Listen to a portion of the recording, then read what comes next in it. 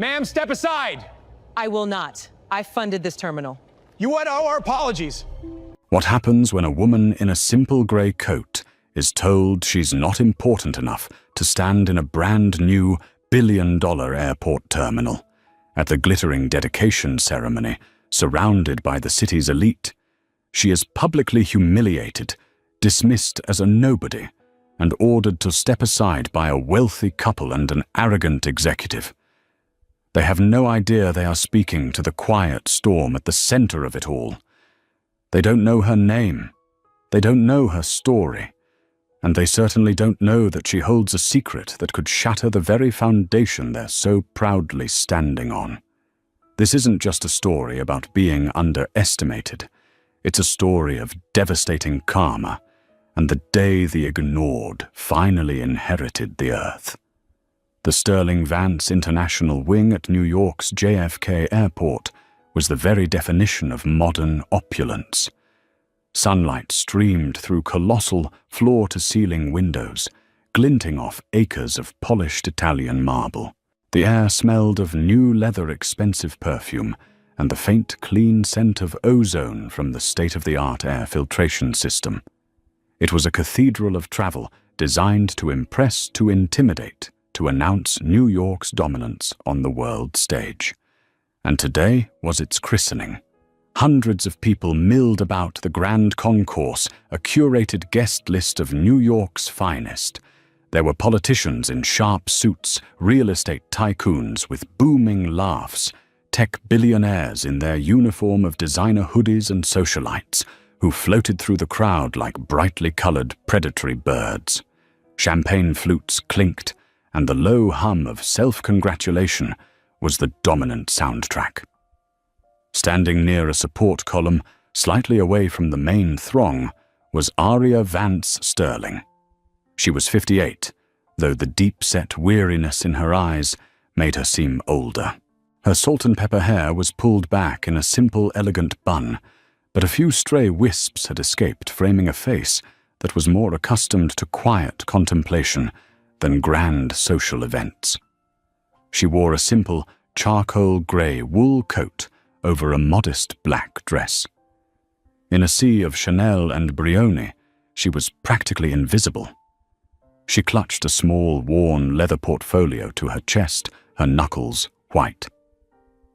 Inside was the speech she had agonized over for weeks, a speech she wasn't sure she had the strength to deliver. Her gaze drifted upwards past the throngs of people to the sweeping silver arches of the ceiling, designed to mimic the wingspan of a soaring bird. David would have loved it. The thought brought a familiar, sharp pang to her chest. This whole place, every beam and rivet was for him. Excuse me, you're in the way." The voice was sharp, laced with an impatience that brooked no argument. Aria turned to see a woman, perhaps a decade younger than herself, draped in a garish fuchsia coat with a fur collar that looked vaguely predatory. Her face was a mask of expensive cosmetic procedures, her lips plumped into a permanent pout. This was Caroline Wexler. Behind her stood her husband, Richard Wexler, a man whose tailored suit couldn't quite conceal the soft paunch of corporate lunches, and whose smile was a practiced predatory slash. He was the head of Wexler Capital, a private equity firm known for its aggressive, often ruthless takeovers. They were flanked by their 2 teenage children, who were both engrossed in their phones, radiating an aura of bored entitlement. Aria, startled, took a half-step back. "Oh, I'm sorry, you were just standing there." Caroline snapped her eyes, doing a quick, dismissive scan of Aria's simple attire. "This is the VIP section, for guests of the Port Authority. We're trying to get to the front for the dedication." She gestured vaguely towards a velvet rope line 20 feet away, where the true inner circle was gathering. "I understand," Aria said, her voice quiet. "I'm supposed to be." Before she could finish, Caroline's son, Mason, who was trying to navigate the crowd while typing on his phone, stumbled. He bumped hard into Aria, jostling her arm. The portfolio slipped from her grasp, and a lukewarm cup of coffee she'd been nursing from the catering station sloshed down the front of her grey coat. "Oh, for heaven's sake!" Caroline exclaimed, looking not at her son but at Arya with pure disgust. "Now look what you've done. You've made a mess." Richard Wexler stepped forward, placing a proprietary hand on his wife's arm. "Caroline, darling, don't worry about it. It's just some coffee." His eyes, however, were on Arya, and they were cold and dismissive. He saw a nuisance, a piece of unimportant scenery that was cluttering up his path to prominence. "She needs to move," Caroline insisted, her voice rising. "Someone should really be checking invitations more carefully. This area is for donors and distinguished guests, not for people just wandering in off the street." The insult hung in the air, sharp and ugly. Arya felt a flush of heat rise in her cheeks. She bent down to retrieve her portfolio, the damp stain on her coat feeling like a brand of shame. As she straightened up, a man in a crisp dark blue suit with a JFK Port Authority pin on his lapel strode over, a look of harried importance on his face. This was Marcus Thorne, the assistant terminal director, ambitious, sycophantic, and possessed of an unerring instinct for siding with whomever he perceived to hold the most power. "Is there a problem here?" Thorne asked, his gaze immediately landing on the impeccably dressed Wexlers and then sliding with disdain over Arya. "Yes," said Caroline, pointing a perfectly manicured finger at Arya. "This woman is blocking the way. She spilled coffee everywhere, and frankly, I don't think she belongs here. We are guests of the board." Richard Wexler gave Thorne a nod of recognition. "Richard Wexler, Wexler Capital. We're here for the ceremony. Just trying to get through." Thorne's demeanor changed instantly. He knew the name. Wexler Capital was a major player. He puffed out his chest and turned to Arya, his face a mask of official intolerance. "Mom," he said, his voice dripping with condescension. "The Wexlers are valued patrons of this airport. The ceremony is about to begin, and the main stage area is restricted. I'm going to have to ask you to please step aside." Arya looked from Thorne's smug face to Caroline's triumphant sneer. Her heart hammered against her ribs. She opened her mouth to speak, to explain, but the words wouldn't come. The humiliation was a physical weight, pressing down on her, silencing her. "Step aside," Thorne repeated more firmly this time, gesturing with his hand, as if shooing away a stray dog. "Now, or I'll have to call security." The world seemed to shrink around Arya, condensing into the space between Marcus Thorne's dismissive gesture and the Wexlers' smug faces. The clinking of champagne glasses faded. The murmur of the crowd became a distant buzz. All she could hear was the blood pounding in her ears, and Thorne's final word, "Security." For a moment she was frozen. A part of her, the part that had been battered by grief and exhaustion for the past 3 years, wanted to simply nod, turn, and walk away. She could melt back into the anonymity she had grown accustomed to. She could find a quiet corner, wait until the ceremony was over, and leave. No one would notice. The check had been cashed, the building was built. Her part was done. But then her gaze drifted past Thorne's shoulder. Through a gap in the crowd, she saw it. Mounted on the vast marble wall behind the stage was a magnificent bronze plaque. She couldn't read the words from this distance, but she knew what they said. She had written them herself. The Sterling Vance International Wing. Dedicated to the memory of Captain David Sterling, and to all those who carry the spirit of exploration and connection in their hearts. May all who pass through these halls travel safely and return home. Suddenly, the weariness in her soul was replaced by a slow-burning fire. This wasn't just a building. It was a memorial. It was a promise. It was the last, most profound thing she could do for the man she had loved more than life itself. And these people, these shallow, self-important peacocks were telling her she didn't belong in his monument. She took a slow, deliberate breath, the air filling her lungs and steadying her resolve. She looked directly at Marcus Thorne, her grey eyes, which had seemed so tired moments before, now clear and sharp as flint. "I believe there has been a misunderstanding," she said, her voice low, but carrying a new, unexpected weight. Thorne was taken aback. He had expected her to scurry away. "There's no misunderstanding, Ma'am. This is a restricted area. Your invitation, if you even have one, clearly doesn't grant you access to the forward stage." He was doubling down, confident in his assessment of her status. "My invitation," Arya said, her voice still quiet, but now edged with steel, "is of a different nature." Caroline Wexler let out an incredulous laugh. "Oh, please, a different nature. What are you, a ghost? Just get out of the way. Richard, let's go." "This is ridiculous." Richard Wexler, however, paused. He was a man who had built his fortune by reading people, and for the first time he detected something in Arya's posture, a deep, unshakable certainty that gave him a flicker of pause. It was a look he'd seen in boardrooms just before a hostile takeover was announced. But he dismissed it. She was just a stubborn old woman. "Thorne," Richard said, his tone one of finality, "handle this." Thorne straightened his tie, his authority reasserted. "Ma'am, this is your final warning. Move, or I will have you escorted from the premises. You are disrupting a major civic event." Arya didn't move. She simply held his gaze.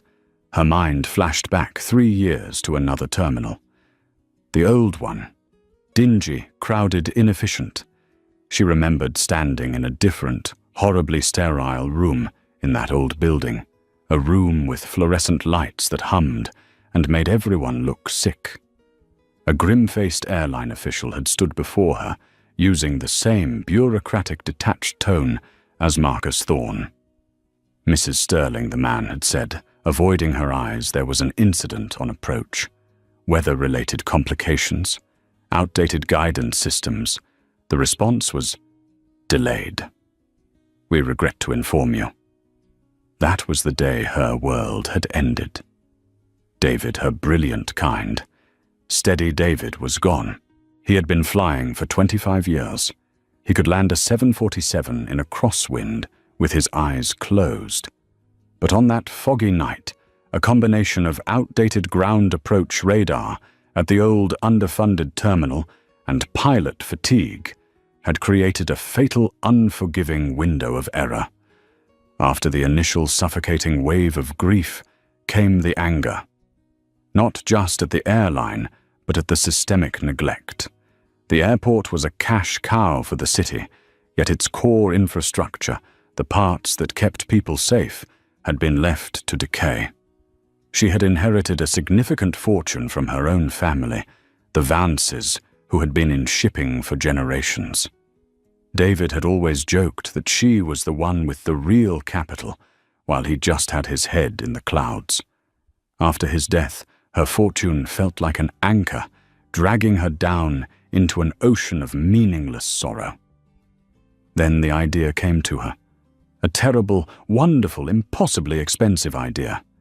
She would not sue. She would not protest. She would rebuild. She would fund a new terminal herself, a state-of-the-art facility, where safety was the paramount design principle. A place worthy of David's memory. She did it anonymously, through a trust using only her initials, E.V. Sterling. It cost her nearly $1 billion, more than half of her entire net worth. It was her penance, her tribute, her final love letter to him, and Marcus Thorne had just threatened to throw her out of it. The fire in her chest blazed hotter.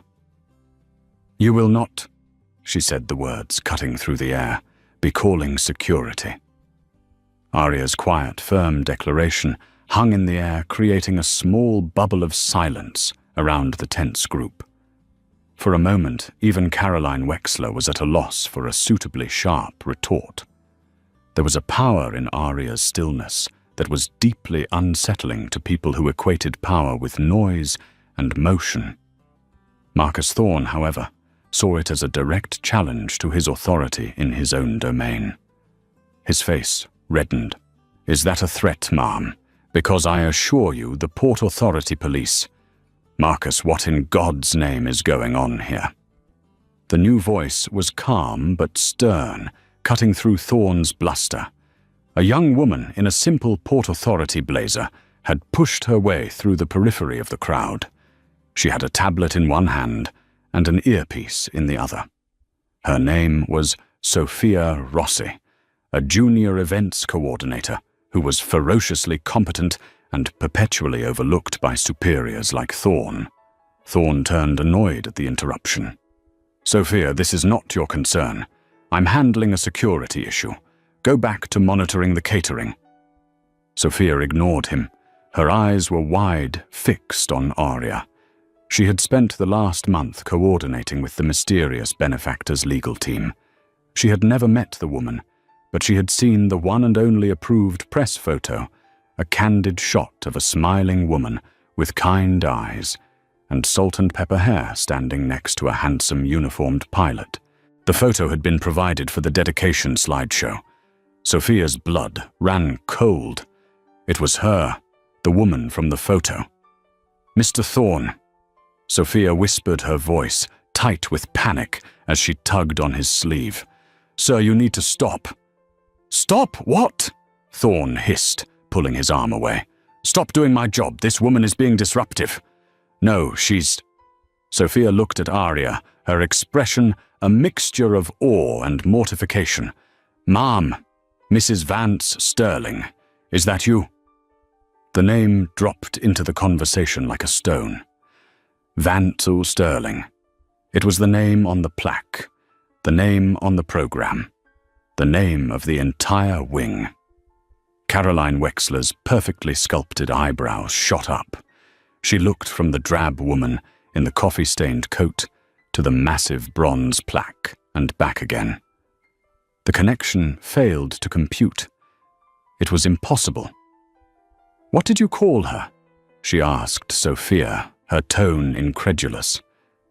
Richard Wexler's practiced smile finally faltered. He was quicker on the uptake. "Vance, an old money-shipping name. Sterling, the name of the terminal." His mind, trained to spot hidden values and liabilities, started racing. He felt a prickle of unease. Thorne, however, was too deep in his own arrogance to see the truth. He scoffed. "Don't be ridiculous, Sophia. This is not Mrs. Sterling. Mrs. Sterling is a major philanthropist, a dignitary. She wouldn't be dressed like this. She's probably already seated on the stage." He hadn't actually met the benefactor.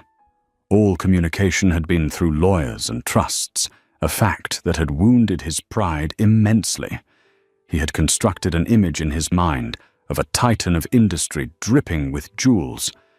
"Sir, I'm telling you," Sophia pleaded, her voice cracking. "Look at the photo from the press kit. It's her." At that moment, the lights in the grand concourse dimmed slightly. A hush fell over the crowd as a distinguished silver-haired man walked to the podium on the stage. It was Mayor Thompson.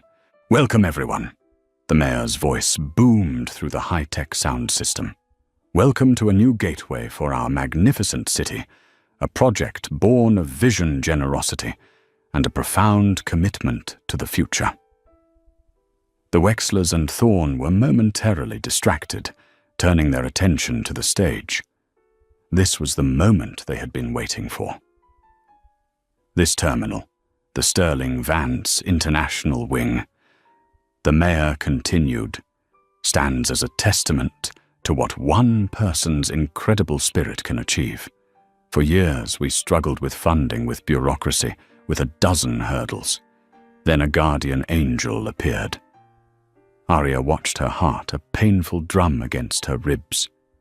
This entire project was made possible by a single, breathtakingly generous donation, The mayor announced his voice, filled with genuine reverence. A gift given not for fame or recognition, but for a deeply personal and noble reason. It was given in memory of a hero, Captain David Sterling, and it was given by his remarkable wife, a woman of incredible strength and humility. Caroline Wexler preened slightly, imagining the benefactor was someone in her social circle. She shot another venomous look toward Arya, as if to say, "See, this is about important people." Marcus Thorne had a self-satisfied smile on his face, as if he himself had secured the funding. He was already imagining the promotion this project would bring him. "It is my profound honor," the mayor's voice swelled, "to ask her to join me on stage now. Ladies and gentlemen, please join me in a round of applause for the woman who built this future for us, Mrs. Arya Vance Sterling." A spotlight flared to life, sweeping across the front rows searching. The crowd erupted in applause, and in the small, tense circle of people, time stood still. Sophia Rossi looked like she was about to be physically ill. Richard Wexler's face had gone completely pale, the blood draining from it, as if a plug had been pulled. He stared at Arya, his mind finally horrifically connecting every single dot. Caroline Wexler's jaw was slack, her mouth slightly open. The smugness had evaporated, replaced by a dawning, sickening horror. And Marcus Thorne looked as if the marble floor had just turned to quicksand beneath his feet. He stared at the unassuming woman in the stained grey coat, the woman he had threatened and belittled, the woman he had ordered to step aside. His career, his ambition, his entire future flashed before his eyes, and he saw it all turning to dust. Arya met his terrified gaze for a fraction of a second. There was no triumph in her eyes, only a deep, abiding sorrow. Then she turned and began to walk toward the stage. As Arya walked toward the stage, each step felt both impossibly heavy and strangely light. The applause was a roaring wave, but in her mind it was silent. She was walking through a memory, a landscape of pain that had forged her purpose.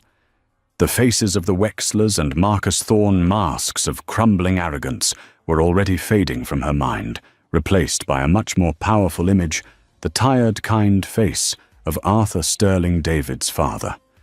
The story didn't begin with David's plane crash. It began 5 years earlier, in a quiet suburban home in New Jersey.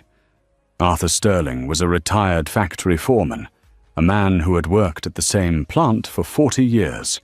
He was the embodiment of the post-war American dream work: hard, save your money, provide for your family, and enjoy a modest, secure retirement.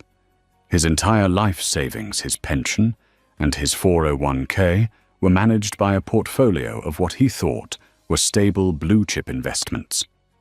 Then came the restructuring. A sleek, aggressive private equity firm from Manhattan had swept in and bought the parent company of the factory where Arthur had worked. The firm was called Wexler Capital. Richard Wexler's strategy was infamous on Wall Street, though celebrated in certain circles for its brutal efficiency. He would acquire a company with significant assets, particularly one with a well-funded pension plan. Then, using a series of complex and legally dubious maneuvers, he would load the acquired company with debt, sell off its most valuable assets, and terminate the pension plan, replacing it with cheap, high-risk annuities. The process hollowed out the company, leaving it a shell of its former self. But not before Wexler and his investors had extracted hundreds of millions of dollars. The employees and retirees were left with pennies on the dollar. Arthur Sterling, at 72 years old, lost everything. His pension, which was supposed to be his bedrock, vanished. His life savings evaporated. The man who had been a pillar of strength, his whole life, was broken. He and his wife had to sell their home, the one David grew up in, and move into a tiny, cramped apartment. The shame and stress took a visible toll on his health. David, who idolized his father, was consumed by a quiet, burning rage. He watched the man who had taught him how to be a man, reduced to depending on his son for financial support. It was a reversal of the natural order that David found deeply offensive. "They're vultures," El David had said to Arya one night, sitting at their kitchen table, his pilot's uniform hanging in the closet. He was staring at a stack of his father's medical bills. "They don't build anything. They just pick at the bones of what other people built." To help his parents, David began picking up extra shifts, long-haul international flights, red-eyes, grueling turnarounds that left him perpetually jet-lagged. Arya had begged him to slow down. They had more than enough money. Her family's wealth could have supported his parents 100 times over. But for David, it was a matter of pride, of duty. "It's my job to take care of them now, El," he insisted. "It's my responsibility. I won't let that shark Wexler beat my dad." So he flew. He flew when he was tired. He flew when he should have been resting. He pushed his body to the limits, chasing paychecks to restore the dignity that Richard Wexler had stolen from his family. Arya lived in a state of constant low-grade anxiety. Every time his plane took off, a part of her went with it. Every call from an unknown number made her heart seize. Then came the call she had always dreaded. It was a foggy Tuesday night. The preliminary report cited a confluence of factors: a sudden microburst of wind shear on final approach, a momentary lag in the outdated ground radar system at the old JFK terminal, which failed to provide an immediate update on the rapidly changing conditions, and as the final report would delicately phrase it, contributing human factors, including potential fatigue. Arya knew what that meant. David was exhausted. He was exhausted from the extra flights. He was exhausted from the worry for his father. And in that critical split second, when he needed every ounce of his legendary skill, the fatigue had claimed its due. A half-second of delayed reaction, a fatal miscalculation. The irony was the cruelest part. David had died trying to financially recover from the damage wrought by a man like Richard Wexler, and his death was partially caused by the crumbling infrastructure of a city that men like Richard Wexler profited from but never invested in.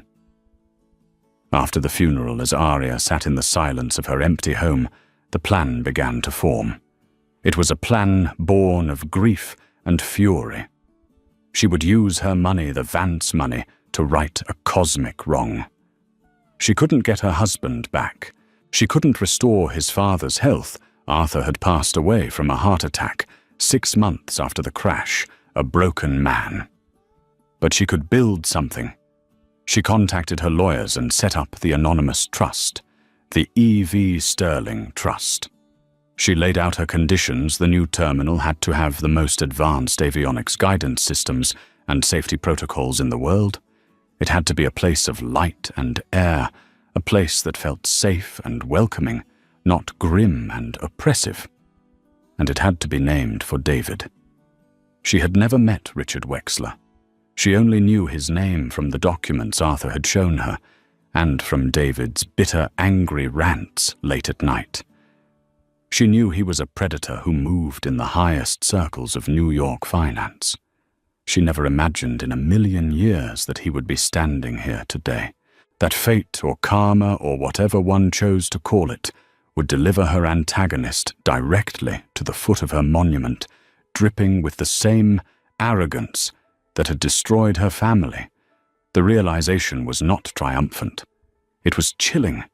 It felt like the closing of a circle drawn by an unseen, impartial hand of justice. As she reached the steps to the stage, she glanced back. Richard Wexler was staring at her, his face a ghastly shade of white. He knew. In his eyes, she saw not just the shock of a social faux pas, but the dawning terror of a man who suddenly realizes he has taunted a ghost, and that ghost has come to collect a debt. Arya ascended the 3 short steps to the stage. The warmth of the spotlight was a physical presence, but she felt a strange calm settle over her. The mayor, a man she had only ever spoken to through her lawyers, shook her hand, his expression one of genuine gratitude and admiration.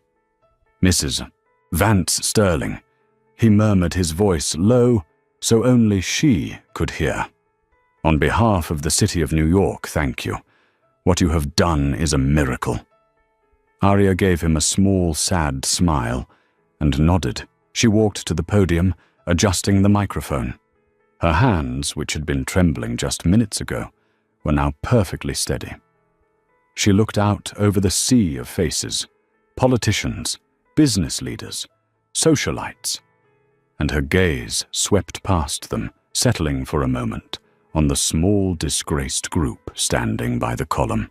Caroline Wexler looked as if she had been struck by lightning, her face frozen in a mask of horror.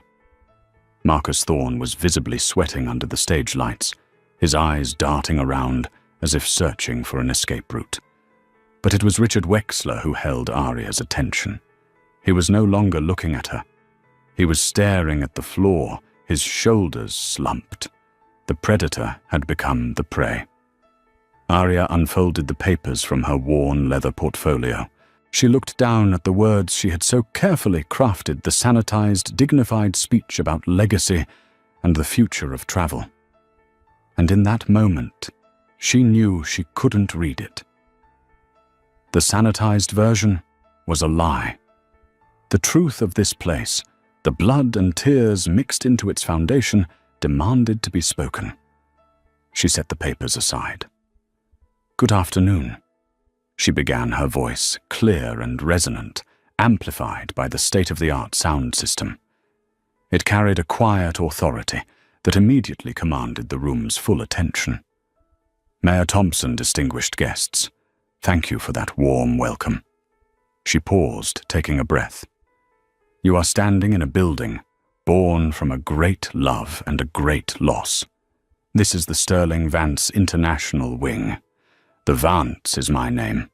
The Sterling belongs to my late husband, Captain David Sterling." A murmur of sympathy went through the crowd. Many knew the terminal was a memorial, but the details had been kept private. David loved to fly. She continued, her voice thick with emotion, but never wavering. He believed that flying was a form of magic. He said it was the business of connecting people, of bringing families together, of making the world a little smaller, a little more understanding. He gave his life to that profession. She let that hang in the air for a moment. He died 3 years ago, on approach to this very airport. And while we can blame weather or mechanics, the truth is often more complex. Systems matter. Infrastructure matters. And the integrity of the people who oversee those systems matters most of all. Out in the crowd, Marcus Thorne flinched as if he'd been slapped. "I built this terminal," Arya said, her gaze sweeping across the room, "to ensure that the systems here are the safest in the world, so that no other family has to get the call that I did because of aging equipment or neglected protocols." She then turned her focus slightly, her voice taking on a sharper, more deliberate edge. "But this building is about more than just physical safety. It's about a different kind of integrity, too. My husband was a man of profound character. He believed in hard work, in keeping your word, in the idea that you build a life and a community by contributing, not by taking." Her eyes found Richard Wexler again. He finally looked up, and their gazes locked across the crowded room. There was no one else in the world for that one searing second. He watched his own father, a man who worked for 40 years at one company, lose his entire life savings. His pension, his security, his dignity, all of it was stripped away by financial predators. Vultures in expensive suits who produce nothing but who grow rich by destroying the lives of working people. A shocked silence fell over the room, This was not the celebratory speech anyone had expected. On the side of the room, a reporter for the Wall Street Journal there to cover the society event began typing furiously into his phone. He knew the rumors that had been swirling around Wexler Capital for months. This was the human angle he'd been missing. My husband, David, worked himself to exhaustion to try and repair the damage those people had caused his family. Arya said, her voice dropping to an almost whisper, raw with pain. The fatigue from that burden contributed to his death. The connection was now explicit, a thunderclap in the silent hall. Caroline Wexler let out a small, strangled gasp. Everyone knew who the titans of private equity were. While Arya had not used his name in that room, she didn't have to. Dozens of heads subtly turned towards Richard Wexler. So yes, Arya concluded, bringing her speech to a powerful close, her voice ringing with conviction. I built this terminal as a monument to my husband, but it is also a statement. It is a statement that we must build things that last. We must build with integrity. We must protect the vulnerable from the voracious. And we must remember that a person's true worth is not measured by the height of their stock portfolio, but by the strength of their character and the legacy of decency they leave behind. Thank you. She stepped back from the podium. For a heartbeat, there was absolute silence. The air was thick with the weight of her words. Then one person began to clap. Then another. Within seconds, the entire room, save for 3 shattered individuals by a column, was on its feet, delivering a thunderous, heartfelt standing ovation that was more for the woman than for the building. The standing ovation for Arya was not merely applause, it was a judgment. It roared through the grand concourse, a wave of sound that seemed to physically push back against the arrogance that had held sway just moments before. But around the column where the Wexlers and Marcus Thorne stood, the air was unnaturally still, and cold a vacuum of silence in the eye of the storm. The first shift was subtle. It was in the eyes of the people nearby. The initial looks of shock directed at the Wexlers began to curdle into something else. Comprehension, followed by a cold, cutting disdain. A prominent real estate developer who had been trying to curry favor with Richard all evening suddenly found a fascinating piece of art to inspect on the far wall. A society columnist who had been air-kissing with Carolyn earlier now angled her body away, creating a physical barrier. The Wexlers, who had moved through this crowd like sharks parting water, suddenly found themselves on a tiny, shrinking island, the sea of high society receding from their shores. Marcus Thorne felt the chill first. He was a creature of social barometers, and every needle on his internal dashboard was screaming danger. He saw his boss, Port Authority Director Janet Riley, standing on the stage next to the mayor. Her arms crossed, her gaze fixed on him. It was not a look of anger. It was far worse. It was a look of clinical assessment, the kind a surgeon gives a malignancy before excision. On the edge of the crowd, Ben Carter, a reporter for the Wall Street Journal, felt his heart hammer against his ribs. He had been sent to write a fluffy, human interest piece on the new terminal. But for months, he'd been chasing whispers on a much bigger story, a major SEC investigation into Wexler Capital. He had sources, he had data, but he lacked the narrative, the human cost. Arya Vance Sterling had just handed it to him on a silver platter, wrapped in tragedy and tied with a bow of pure steel. He pulled out his phone fingers, flying across the screen in a message to his editor. Story of the year, Wexler Capital pension scandal, confirmed by JFK benefactor. Her family were victims. Tying it to terminal dedication. It's a goddamn Greek tragedy. Dropping everything. Sending draft in 20. He didn't wait for a reply. He began to write, As the applause for Arya began to subside, Janet Riley descended from the stage. She moved with a purpose that made people instinctively step out of her path. She ignored the Wexlers completely, her eyes locked on her subordinate. "Thorne," she said. Her voice was quiet, yet it cut through the lingering buzz of the crowd. "Director Riley, Janet, I can explain everything." He began, his voice slick with a desperate, practiced smoothness. It was a chaotic situation. There was a misunderstanding with the guest list, and this woman, Janet interrupted, her voice dropping lower, colder, is the sole reason this building exists. This woman, Marcus, is the only person in this entire room who truly mattered today.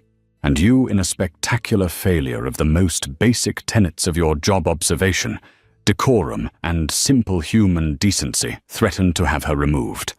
I was trying to protect our other patrons, the Wexlers. He stammered, gesturing weakly toward Richard. It was the wrong thing to say.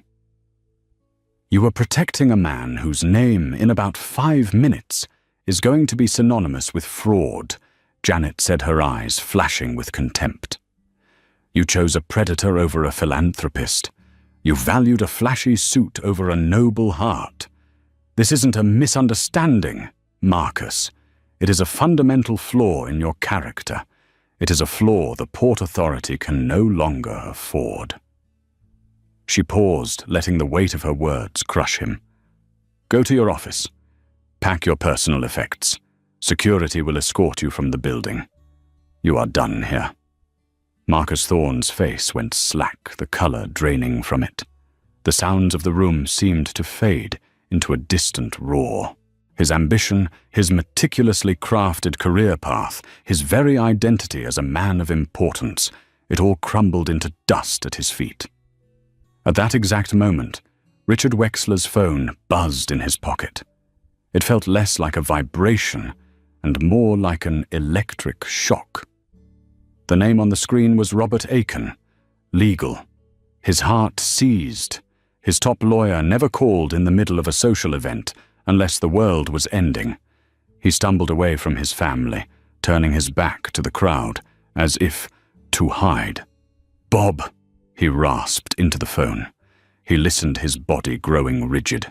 His knuckles gripping the phone turned white. He didn't speak, but his face told the entire story. The blood drained from his cheeks, his jaw went slack, and his eyes, once so sharp and predatory, became vacant with horror. The indictment was unsealed. The assets were being frozen. It was over. As he lowered the phone, the second wave hit. All around the room, a new sound began to rise, the soft chime of news alerts. One phone lit up, then 5, then 50. A constellation of screens illuminating shocked faces. Ben Carter's story, fast-tracked by his editor, had just hit the WSJ Newswire, perfectly timed with the official SEC press release. Billion-dollar benefactor at JFK dedication exposes Wexler Capital in stinging rebuke. SEC files, sweeping fraud charges against Richard Wexler, alleges massive pension scheme. The whispers exploded into a roar of conversation. The names Wexler and fraud were on everyone's lips. The isolation of the Wexler family was now complete. They were lepers. "Richard, what is it?" Caroline shrieked, finally realizing this was an apocalypse, not a faux pas. She grabbed his arm, her manicured nails digging into his expensive suit. "Richard, do something." But Richard couldn't move. He was a statue of ruin. Their children, Mason and Chloe, stood beside them, their faces pale with a confusion that was rapidly turning to fear. Their entire universe, built on the bedrock of their father's invincibility, was liquefying. And then the final actors in the tragedy made their entrance. 2 men and a woman, dressed in plain conservative suits, entered the concourse from a side entrance. They moved with an unnerving calm, their eyes scanning the room. They weren't press. They weren't guests. They were federal agents. The crowd seemed to sense their purpose parting before them as they made a direct line for the column of shame. They stopped in front of Richard Wexler. Richard Wexler, the lead agent, asked, his voice devoid of all emotion. Richard gave a slow, numb nod. "You are under arrest for violations of the Racketeer-Influenced and Corrupt Organizations Act and multiple counts of wire fraud." The agent's words were crisp, professional, and utterly devastating. "You have the right to remain silent." Caroline let out a gut-wrenching scream of denial. "No, this is a mistake, you can't. We are. My husband is—" She couldn't finish the sentence. What was he now? The agent's partner gently but firmly took Richard's arm. As the reality set in, the press, who had been held back by a velvet rope, broke through. The room erupted in a blinding chaos of flashing lights. The flashbulbs were like lightning, catching strobe-lit images of the carnage Richard's blank, defeated face. Caroline's mascara-streaked, contorted mask of despair. Marcus Thorne standing alone, a ghost already forgotten. And on the stage, Aria Vance Sterling, watching the brutal, brilliant, terrible explosion of justice she had so quietly ignited. The autumn that followed the explosive dedication ceremony was one of quiet, inexorable change. The Sterling Vance International Wing, cleansed of its dramatic birth, settled into its intended purpose. It became a beloved part of New York's fabric, a humming, vibrant artery through which the lifeblood of the city flowed. Travelers spoke of its light, its efficiency, and an intangible feeling of peace that seemed to permeate the air. The story of its dedication became a piece of New York folklore, a cautionary tale about arrogance and the quiet power of integrity. The echoes of that day rippled outwards, reshaping the lives it had touched. Marcus Thorne, a man undone by a single catastrophic lapse in judgment, vanished from the city's professional landscape. After being summarily fired, he found himself unemployable in any executive capacity in the tri-state area.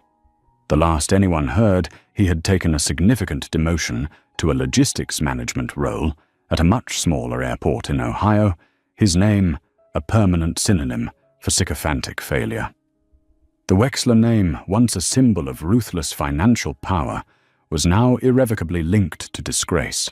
Caroline Wexler, stripped of her social standing and facing a mountain of legal bills, quietly filed for divorce and retreated to a family property in the Hamptons, emerging only for court-mandated appearances.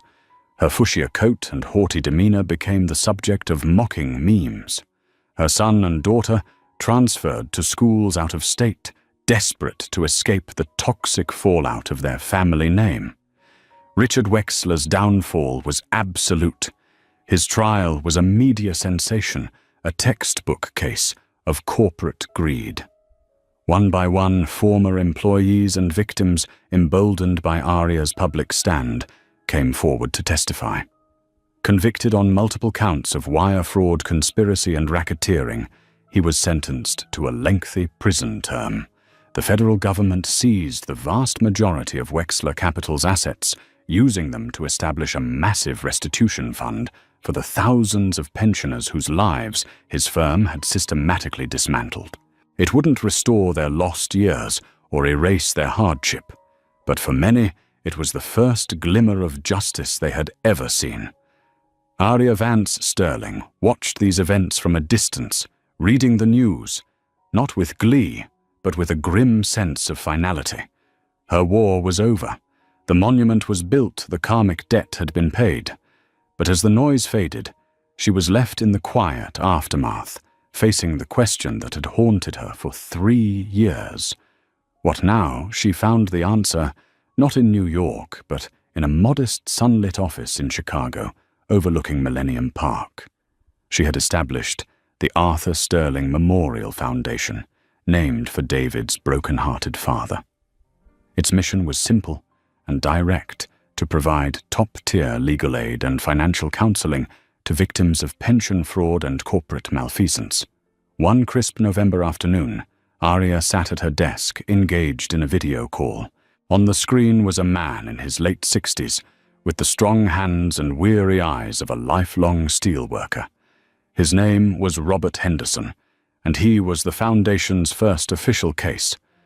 I don't know how to thank you, Mrs. Vance Sterling." Robert said, his voice thick with an emotion he was struggling to contain. "For 20 years we've been fighting these people.